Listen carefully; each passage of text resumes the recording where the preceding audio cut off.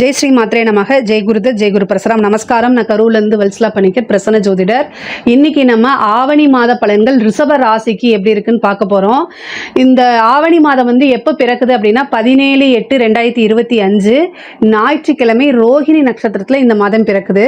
இந்த ரோஹிணி நட்சத்திரத்தில் இந்த மாதம் பிறக்கிறதுனால ரிஷப ராசியில் இருக்கக்கூடிய ரோஹிணி நட்சத்திரக்காரர்கள் பரிகாரம் பண்ணிக்கணும். கட்டாயம் பரிகாரம் பண்ணிக்கோங்க. என்ன பரிகாரம் பண்ணிக்கணும் அப்படின்னா, உங்களுடைய வீட்டுக்கு பக்கத்தில் இருக்கக்கூடிய கோவிலுக்கு போங்க. அது நான் பெருமாளுடைய கோவிலாக இருந்தாலும் சரி, சிவன் கோவிலாக இருந்தாலும் சரி, என்ன கோவிலாக இருந்தாலும் சரி, அங்கே போயிட்டு அங்கே பசுமாடு இருந்துச்சுன்னா, பசுமாடு கன்றுக்குட்டி இருந்துச்சுன்னா அதை தொட்டு கும்பிட்டுட்டு அதுக்கு குடிக்கிறதுக்கு ஜலம், வைக்கப்புல் இதெல்லாம் கொடுக்கணும். அது கூட நீங்கள் தானம் பண்ணணும். என்ன தானம் பண்ணணும் அப்படின்னா, பசுவுடைய பொருட்களை தானம் பண்ணணும். ஒரு சொம்பில் ஃபுல்லாக என்ன செய்யணும் அப்படின்னா, பால், பசும்பாலை நிரப்பி அதை தானமாக கொடுக்கலாம். அல்லது ஒரு சொம்பில் நெய் ஃபுல்லாக நிரப்பி அந்த சொம்போட நெய்யோட தானம் கொடுக்கலாம். முடிஞ்சவங்க பசுமாட்டையே தானம் கொடுக்கலாம். இந்த மாதிரி நீங்கள் தானம் கொடுக்கறதுனால ஒரு வருடம் முழுவதுமே உங்களுக்கு ஆயுள் தோஷம் வராது. ஆயுள் கண்டம், மகால மரணம், விபத்து கண்டம்லாம் இருக்குல்ல, அந்த மாதிரி தோஷங்கள் எதுவும் உங்களுக்கு வராது. அது கூட பொருளாதாரமும் ரொம்ப நல்லா இருக்கும், குடும்பமும் நல்லா இருக்கும், உங்களுடைய பொருளாதார வாழ்க்கையும் நல்லா இருக்கும். ஒரு வருடம் முழுவதும் உங்களுக்கு பண கஷ்டமே வராது. இது நான் சொன்ன விஷயங்களில் எது உங்களால் முடியுதோ அதை செய்யுங்க. இன்றைக்கி இருக்கக்கூடிய எக்கனாமிக்கில் பசுமாடு தானம் ரொம்ப ரொம்ப சிறப்பு. ஆனால் அது எல்லாருனாலுமே பண்ண முடியாது. ஸோ அதனால் உங்களால் என்ன முடியுதோ ஒரு சின்ன சொம்பில் ஒரு பாலோ அல்லது நெய்யோ ஏழை எளியவர்களுக்கு தானமாக கொடுக்கறது ரொம்ப ரொம்ப நல்லது. உங்களால் என்ன முடியுதோ கட்டாயம் அதை செய்யுங்க. செய்யலை அப்படின்னா அதை பற்றி கவலைப்படாதீங்க. பட் ஆனால் கட்டாயம் மனசார ஒரு விஷயத்தை நீங்கள் செய்கிறீங்க அப்படின்னா அதுக்கு உண்மையாலுமே நல்ல பலன்கள் இருக்குது. இந்த ஆவணி மாசத்தை பொறுத்த வரைக்கும் உங்களுக்கு நல்ல வருமானம் கொடுக்கக்கூடிய மாதம் தான். ஏன்னா 31ஆம் தேதி, ஆகஸ்ட் 31ஆம் தேதி புதன் பார்த்தீங்கன்னா பயிற்சி ஆகிறாரு. இந்த புதன் பயிற்சி ஆகிறது ரொம்ப ரொம்ப சூப்பராக இருக்கு உங்களுக்கு. அதே மாதிரி 21ஆம் தேதி, ஆகஸ்ட் 21ஆம் தேதி சுக்கிரன் கடகராசிக்கு வந்துடுறாரு, பயிற்சி ஆகிறாரு. இதுவுமே ரொம்ப ரொம்ப நல்லது தான். உங்களுடைய ராசி அதிபதி 3ஆம் இடத்துக்கு 9ஆம் இடத்தை பார்க்கறதுனால நிறைய விஷயங்கள் உங்களை தேடி வரப்போகுது. சகல விதமான சௌபாக்கியங்களும் கொடுக்கக்கூடிய மாதம் தான் இந்த மாதமாக உங்களுக்கு இருக்க போகுது. புதன், சூரியன், கேதுவெல்லாம் சேர்றது ஒரு நல்ல இணைவு. உங்களுக்கு காசு பணம் நிறையா வரும். உத்தியோகத்தில் இருக்கவங்களுக்கு ரொம்ப ரொம்ப சூப்பரானது. திடீர்னு ஒரு ப்ரமோஷன், சேலரி இன்க்ரிமெண்ட்டு, இந்த மாதிரி விஷயங்கள் வந்துடும். அதே மாதிரி உற்பத்தி சார்ந்த தொழில்கள்லாம் ரொம்ப ரொம்ப சூப்பராக இருக்க போகுது. நீங்கள் இவ்வளோ நாளாக பிஸ்னஸில் நல்ல தேக்க நிலை இருக்குது, வருமானமே வரலை, இந்த மாதிரி இருந்துச்சு அப்படின்னா நல்ல வருமானம் வரக்கூடிய மாதமாக தான் இந்த மாதம் இருக்குது. நீங்கள் செய்யக்கூடிய விஷயங்கள், ஒரு தொழிலாக இருந்தாலும் சரி, எதாக இருந்தாலும் சரி, அந்த விஷயங்கள் எல்லாத்துக்கும் தெரியும். ஒரு பிரபலியம் அப்படிங்கக்கூடிய இது இருக்கும். அதே மாதிரி நல்ல யோகமும் உங்களுக்கு இருக்குது. சூரியன் புதன் சேர்க்கை ஒரு நிபுணத்துவ யோகம் தான். அது கூட கேதுவும் சேர்றதுனால தொழில் சார்ந்த அறிவு முன்பை விட நல்ல எப்படி போகணும்னு ஒரு நல்ல டெக்னிக் தெரியக்கூடிய அமைப்பாக தான் இந்த மாதம் உங்களுக்கு இருக்குது. அதனால் அதை வச்சு நல்ல இன்கம் பார்க்கக்கூடிய மாதம் தான் இந்த மாதம். நிறைய கிளைண்ட் பேஸ்டு, நீங்கள் வாடிக்கையாளர்கள் நிறைய புது வாடிக்கையாளர்கள் உங்களுக்கு வரப்போகிறாங்க. உற்பத்தி சார்ந்தது, அதே மாதிரி ஆடை ஆபரணம், இந்த மாதிரி சார்ந்த பிஸ்னஸ்க்கெல்லாம் இது ரொம்ப சூப்பராக இருக்குது. ஐடி பிஸ்னஸ், அதாவது ஐடியில் இருக்கீங்க இல்லையா, ஐடி ஜாபில் இருக்கவங்களுக்குலாம் இது ரொம்ப சூப்பர். திடீர்னு உங்களுக்கு வேலை போகிற மாதிரி இருக்கும், அப்படியே வேறு ஆப்பர்ச்சுனிட்டி ஆயிரும். உங்களுக்கு நல்ல லேக்ஸ் கணக்கில் சேலரி வர்றதுக்கு உண்டான அமைப்பெல்லாம் இந்த மாதம் உங்களுக்கு இருக்குது.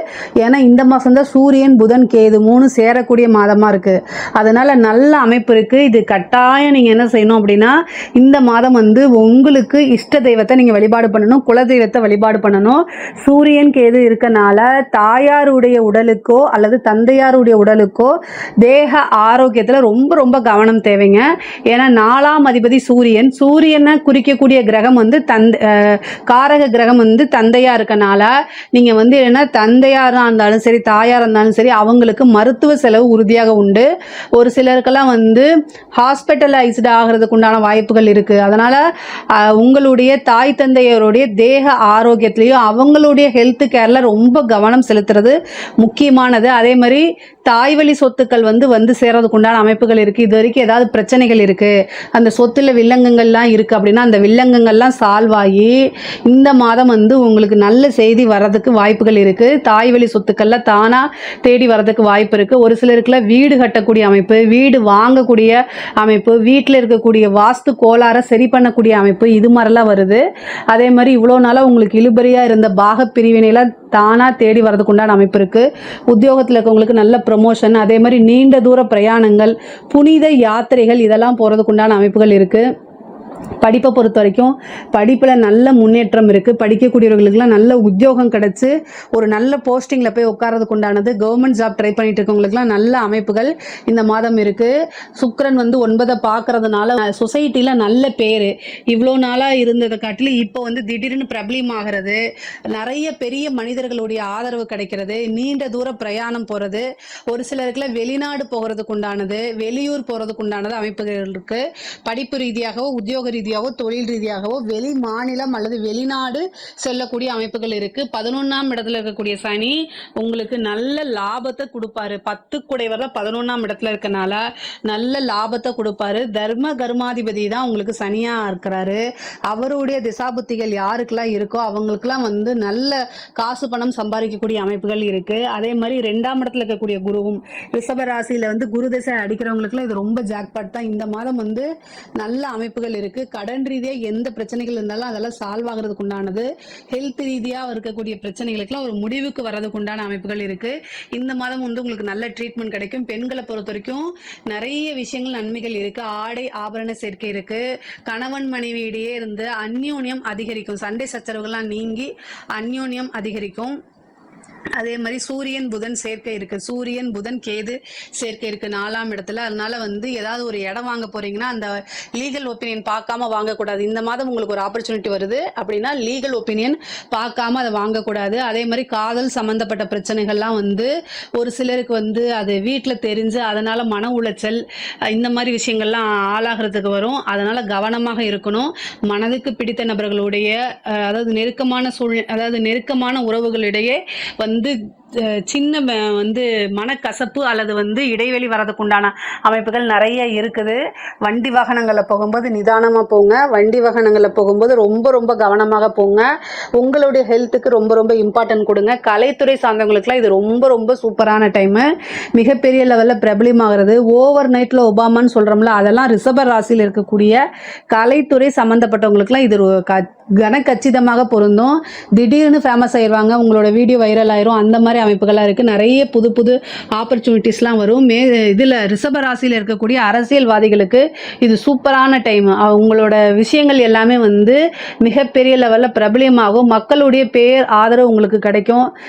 நிறைய இப்போ எலெக்ஷன் வர போகிறதுனால நிறைய ஒர்க் பண்ணுங்க. உங்களுக்கு நிறைய ஆப்பர்ச்சுனிட்டி, நீங்களே வியப்படைகிற அளவில் காசு பணம் சம்பாதிக்கிறது, புது ஆட்களோட தொடர்பு, அது இன்னும் உங்களை வேற லெவலுக்கு எடுத்துகிட்டு போக ஒரு பெரிய பதவி கிடைக்கிறது, இந்த மாதிரி விஷயங்கள்லாம் உங்களுக்கு நடக்கும்.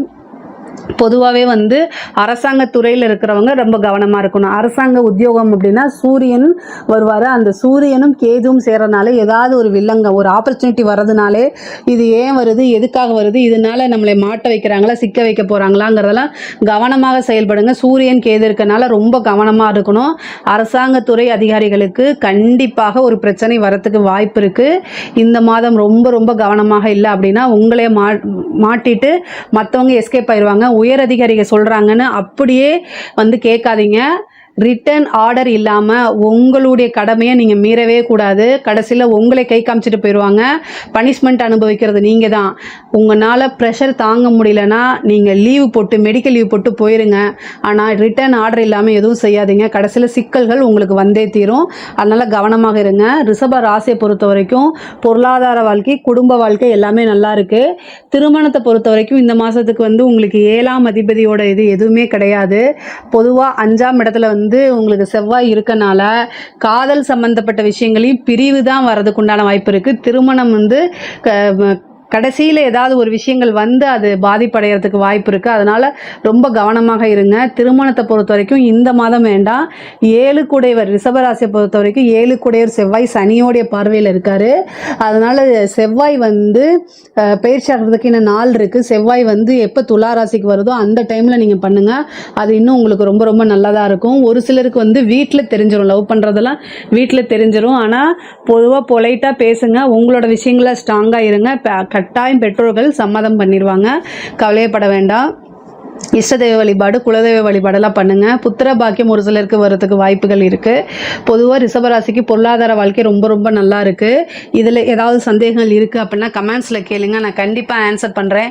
நம்மளுடைய சேனலில் லைக் பண்ணுங்க, ஷேர் பண்ணுங்க, சப்ஸ்கிரைப் பண்ணுங்க. நன்றி, வணக்கம்.